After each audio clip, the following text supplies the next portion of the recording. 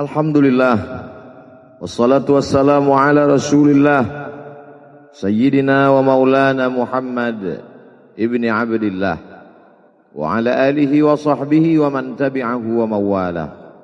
Ashhadu an la ilaha illallah wahdahu la syarika lah, wa ashhadu anna sayyidana Muhammadan abduhu wa rasuluhu la nabiyya ba'dah. Allahumma salli ala sayyidina Muhammadin nabiyil ummi wa ala alihi wa sahbihi wa barik wa sallim. Qala Allah Ta'ala fil Qur'anil azim wa huwa asdaqul qailin. A'udzu billahi minasy syaithanir rajim. Ya ayyuhalladzina amanu taqullaha haqqa tuqatih wa la tamutunna illa wa antum muslimun. Wa qala ta'ala fi ayatin ukhra. Ya ayyuhalladzina amanu taqullaha wa qulu qawlan sadida yuslih lakum a'malakum wa yaghfir lakum dhunubakum wa man yuti'illaha wa rasulahu faqad faza fawzan 'azima. Ibadallah, usikum wa nafsi bitaqwallahi wa ta'atihi faqad fazal muttaqun. Hadirin jamaah Jumat yang dimuliakan Allah Subhanahu wa taala. Semua orang senang melihatnya karena dia bersih, karena dia rupawan, karena dia sopan dan santun, karena ayahnya meninggal dan ibunya juga sudah lama meninggalkannya. Orang kasihan melihatnya. Maka karena kesenangan hati mereka, mereka sendiri yang memberikan gelar untuknya yang belum pernah mereka berikan kepada orang sebelum dia. Gelar itu bernama Al-Amin, orang yang layak menerima amanah. Amin diambil dari 3 huruf, alif, mim, nun. Dari kata alif, mim, nun muncullah kata amanah. Orang yang mampu menerima amanah disebut Al-Amin. Kita mengatakannya jujur. Lawan daripada amanah adalah khianah. Al-Khain, pengkhianat. Dia tidak berkhianat. Dia adalah seorang yang mampu mengemban amanah dan terpercaya. Maka semua orang percaya kepada dia. Dari alif, mim, nun. Juga akar yang sama dengan iman. Akar kata yang sama dengan iman. Maka iman berarti percaya. Dia adalah orang yang dipercaya karena memang dia mampu mengemban amanah. Kapan kebencian itu datang? Kebencian itu datang ketika dia naik ke atas bukit Sofa dan dia berkata kepada semua penduduk Makkah, seandainya aku katakan di balik bukit Jabal Abi Qubais yang besar, gagah, perkasa, tinggi, menjulang ini ada pasukan musuh yang akan menyerang kita, apakah kalian percaya? Semua mereka berkata, shadaqnaka, kami percaya karena memang kami menggelar engkau orang yang dapat dipercaya. Seandainya aku katakan bahwa ada pasukan musuh yang akan meluluh lantakkan, menghantam, membunuh kita, apakah kalian percaya? Mereka menjawab, shadaqnaka, kami percaya. Seandainya aku katakan bahwa aku menerima wahyu dari Allah dan aku diperintahkan Allah untuk mengabarkan kepada kalian yang baik-baik akan masuk surga, yang jahat-jahat akan masuk neraka, percayakah kalian? Disitulah perlawanan datang, bukan dari orang lain, bukan dari musuh, bukan dari lawan. Perlawanan itu datang dari saudara kandung, dari ayah kandung yang masih ada hubungan darah. Tabban laka ya Muhammad alihadza jama'tana.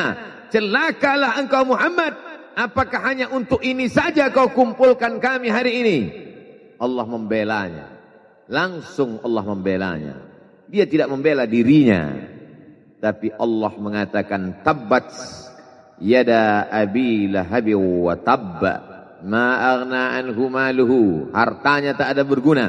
Wa ma kasab, hasil usahanya tak mendatangkan manfaat. wa imra'atuhu hammalatal hatab, istrinya menjadi pembawa kayu bakar, simbol dari adu domba, kata-kata yang membuat menyakitkan hati yang dibawa oleh Ummu Jamil istri Abu Lahab untuk menyiksa, menjelekkan, membuli, menebarkan berita untuk membunuh karakter Sayyidina wa Maulana Muhammad sallallahu alaihi wasallam. Ini bukti kalau hari ini ada anak muda yang rupawan, yang dermawan, yang disenangi lingkungannya, tidak ada orang yang tersinggung, biasa, karena Nabi Muhammad SAW juga pernah mengalami hal itu. Tapi begitu kau katakan, aku tadi malam bermimpi bahwa aku mesti hijrah, meninggalkan komunitas peminum khamar, meninggalkan geng kita yang selama ini bicara tentang yang haram, maka disitulah mereka akan berkata, apakah hanya untuk ini saja kita berteman selama ini? Mana persahabatan kita? Apa yang dialami pemuda-pemuda hijrah hari ini dialami oleh Rasulullah sallallahu alaihi wasallam 14 abad yang silam. Ketika kau berhasil bisnis, orang senang. Ketika kau berhasil membina rumah tangga, tidak ada orang yang tersakiti. Ketika anakmu lucu-lucu dan kau berada di tengah mereka, tidak terusik kepentingan mereka, tidak terganggu ekonomi mereka, engkau adalah sahabat, engkau adalah teman setia. Tetapi ketika kau tidak ikut kemauan manusia, disitulah engkau sedang melantik dirimu sendiri menjadi musuh. Maka Allah kuatkan hatimu. Wa in tuti' aktsara man fil ardi, kalau kau ikut kebanyakan orang di atas muka bumi, yudilluka an sabilillah, mereka hanya akan menyesatkan engkau dari jalan Allah Subhanahu wa taala. Tapi api itu tidak pernah padam. Kalau dia padam, maka berakhirlah dakwah Islam. Dia terus bergelora, dia terus menyala, dia terus membakar kemunafikan, membakar kemusyrikan, sampai akhirnya embargo pun tiba. Jangan ada yang mau bergabung dengan kelompok Muhammad sallallahu alaihi wasallam. Jangan ada yang mau berkirim makanan, jangan ada yang mau berdagang, jangan ada yang mau menjalin transaksi. Mereka ingin membunuh secara perlahan-lahan. Jangan beli produknya, jangan duduk bersamanya, jangan berteman dengan dia. Kenapa kamu mau berfoto dengan dia? Kenapa kamu mau bergambar dengan dia? Kenapa kamu masih mau mendengar ceramah dia? Adakah orang yang mengalami hal itu hari ini? Adakah ketakutan-ketakutan dari hamba Allah yang mengatakan Allahu Akbar, Allah Maha Besar, tapi takut ditinggalkan kawan, cemas ditinggalkan sahabat? Maka itu pernah terjadi pada kelompok Sayyidina wa Maulana Muhammad sallallahu alaihi wasallam. Kalau pembunuhan karakter tidak berhasil, maka ada yang lebih dahsyat daripada itu. Mereka tawarkan dunia beserta isinya. Wallahi, demi Allah wahai paman, demi Allah wahai Abu Talib, law wada'u syamsa fi yamini wal qamara fi yasari, andai mereka letakkan matahari di tangan kananku, bulan di tangan kiriku, ala atruka hadzal amr, supaya aku tinggalkan dakwah ini, aku tidak akan meninggalkannya. Bujuk rayu mulai tiba. Itu terjadi pada diri Nabi Muhammad sallallahu alaihi wasallam. Kalau kau tidak mempan dimusuhi, kalau kau tidak mempan dirangkul, kau akan dipukul. Kalau kau tidak mempan dipukul, kau akan dirangkul. Berbagai macam cara, dari mulai yang paling keras sampai yang paling lembut, dari mulai yang paling lembut sampai yang paling keras, sampai akhirnya tempat bergantung itu hilang, lenyap, musnah. Ada dua tempat bergantung, saudara kandung ayah Abu Talib. Mereka tidak mengusiknya karena dia keponakan Abu Talib. Abu Talib anak Abdul Muttalib, Abdul Muttalib anak Hashim, Hashim anak Abdi Manaf, Abdi Manaf anak Qusay, Qusaylah pendiri Darun Nadwah. Mereka keturunan darah mulia dari Adnan. Adnan menerima tetesan darah dari Ismail. Ismail anak kandung Ibrahim alaihissalam. Jangan ganggu dia, karena dia keponakan Abu Talib. Masih ada backing. Tapi Allah ingin agar hati itu tidak bergantung kepada manusia. Dia buat Abu Talib meninggal dunia, masih ada lagi tempat bergantung. Dia yang dulu ketika kedinginan datang, dia yang menyelimuti. Yang dulu ketika ketakutan datang, dia yang menenangkan. Dia datang menemui Waraqah ibnu Naufal. Waraqah berkata, Namus, malaikat yang pernah datang kepada Ibrahim, yang pernah datang kepada Musa, yang pernah datang kepada Isa, sekarang dia datang kepada suamimu. Katakanlah, jangan takut, jangan cemas. Kalau nanti sampai masanya dia akan diusir dari kampung halamannya, aku orang pertama yang akan membelanya. Karena begitu yang kutemukan dalam kitab-kitab suci yang kubaca. Kata Waraqah bin Naufal. Hari itu juga tempat bergantung itu patah. Khadijah menghadap Allah subhanahu wa ta'ala. Tak lagi ada makhluk tempat bergantung. Tak ada lagi ranting tempat berhinggap. Tak ada lagi batang kayu tempat berpegang. Allah ingin agar engkau berserah hanya kepada Dia saja. Tidak ada makhluk. Bersandar kepada makhluk akan kecewa. Bersandar pada kayu yang rindang akan tumbang. Bersandar kepada benda akan binasa. Bersandar kepada sahabat akan berubah menjadi musuh. Bersandarlah kepada Dia. Hayyun maha hidup, la yamut, Dia tak pernah mati. Bersandarlah kepada Dia. Al-Aziz yang maha perkasa, Al-Jabbar yang maha berkuasa. Itu yang diinginkan Allah dari sosok Sayyidina wa Maulana Muhammad sallallahu alaihi wasallam. Dia pergi. Sengaja dia pergi berjalan kaki. Karena kalau dia pergi menunggang unta, mereka sudah mengintai. Dia pasti lari. Dia akan pergi ke tempat yang jauh. Sengaja dia pergi berjalan kaki. Lalu kemudian dia pun sampai ke suatu tempat. Dia berharap mereka adalah orang-orang yang lembut akan yang menerimanya. Tapi dia tidak diterima dengan tala'al badru alaina. Dia tidak diterima sebagai ahlan wasahlan. Ahlan, keluarga. Kau datang kami sambut sebagai keluarga. Sahlan, mudah. Kau datang, urusanmu mudah. Ahlan wasahlan. Tapi dia tidak dianggap sebagai keluarga. Dia tidak dianggap sebagai sahlan. Dia dianggap sebagai musuh. Dia dilempar dengan batu. Dia dilempar dengan kayu. Dia dilempar dengan tulang onta. Apa yang dia lakukan? Dia bersembunyi di balik bukit. Dia angkat kedua tangannya. Ilaika ashku dha'fa quwwati. Kepada engkau saja aku mengadukan kelemahanku. Wa qillata hilati, ketidakberdayaanku. Wa hawani bainan nas, aku hina di tengah mereka. Kalau dulu aku ada tempat bergantung, ada tempat bersandar, ada tempat mengadu, hari ini hanya engkau saja ya Allah. Datanglah malakul jibal, malaikat penjaga segala bukit di atas dunia. Kau tunjuk mana bukit yang paling besar ya Muhammad. Akan kutimpakan kepada mereka. Hati yang luka biasanya akan marah, akan kecewa. Tapi itu tidak terjadi pada Nabi Muhammad sallallahu alaihi wasallam. Apa yang dia katakan? Asallahu an yukhrij min aslabihim man ya'budullaha wa la yusyrika bihi syai'a.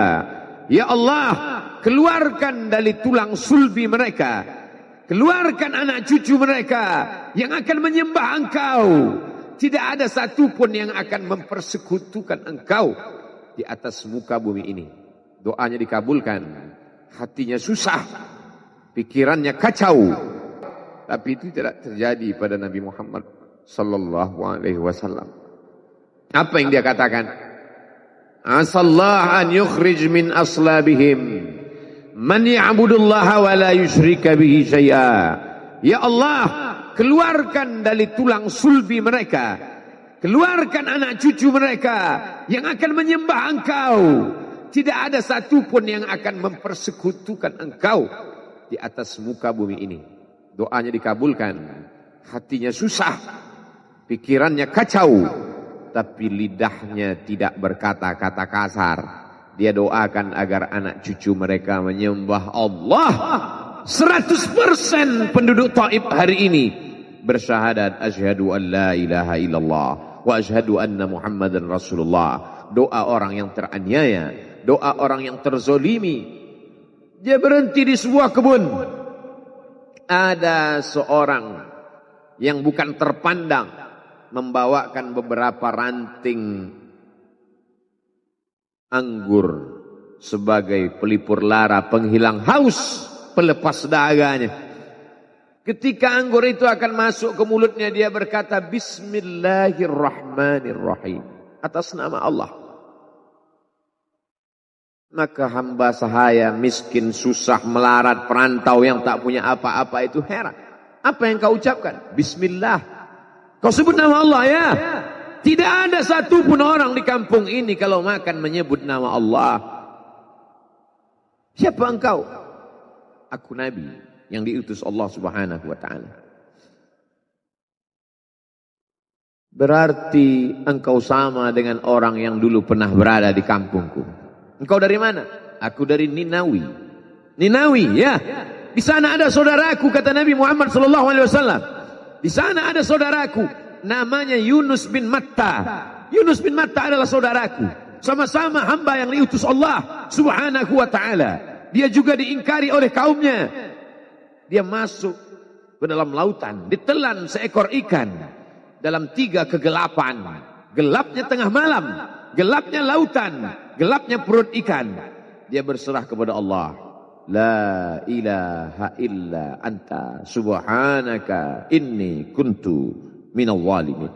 Begitu cara Allah mengingatkan Nabi Muhammad SAW. Apa yang kau rasakan hari ini belum ada apa-apanya dengan apa yang pernah dirasakan oleh Yunus bin Matta. Mendengar itu langsung saja Addas bersimpuh sujud mencium lutut Nabi Muhammad SAW. Dia tidak mulia, dia hamba sahaya, dia miskin, dia perantau, tapi dia sempat mencium tangan Nabi Muhammad SAW. Dia sempat menghilangkan dahaga dari leher Nabi Muhammad SAW. Pertemuan yang berkesan. Biarlah pertemuan itu sekali, tapi sampai ke lubuk hati. Untuk apa pertemuan yang berulang kali, tapi hanya sampai di tepi bibir, hanya basa-basi.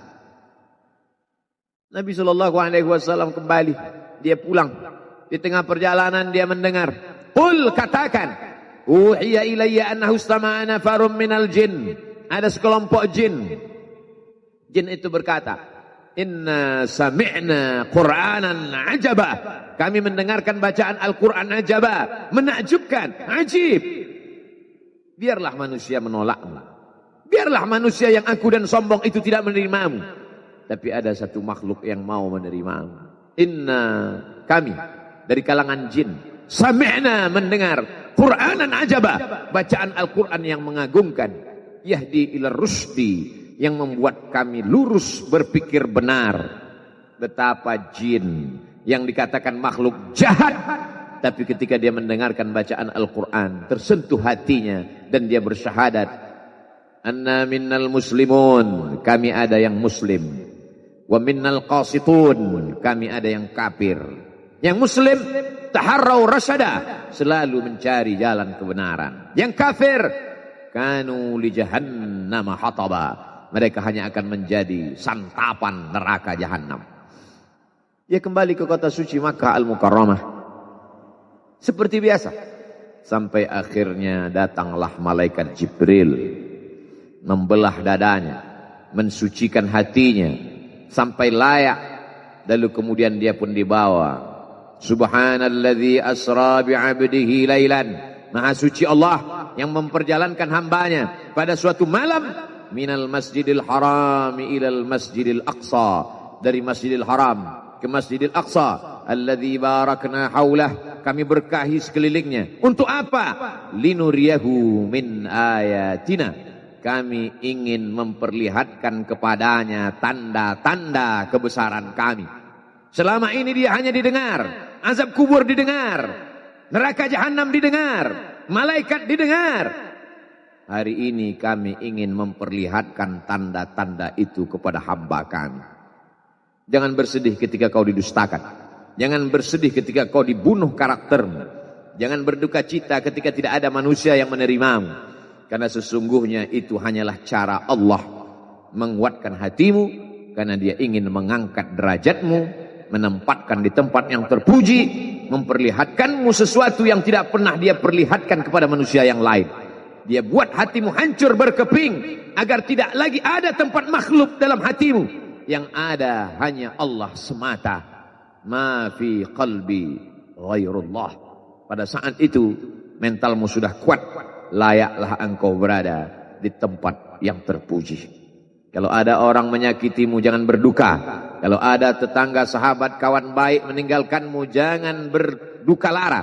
Karena sesungguhnya di balik itu semua, fa inna ma'al usri yusra, inna ma'al usri yusra. Idza dhaqat 'alaika dunya faqul ya Allah. Kalau terasa sempit dunia, mengadulah kepada Allah. Idza sa'alta fas'alillah. Kalau minta-mintalah kepada Allah. Wa idza sta'anta fasta'in billah.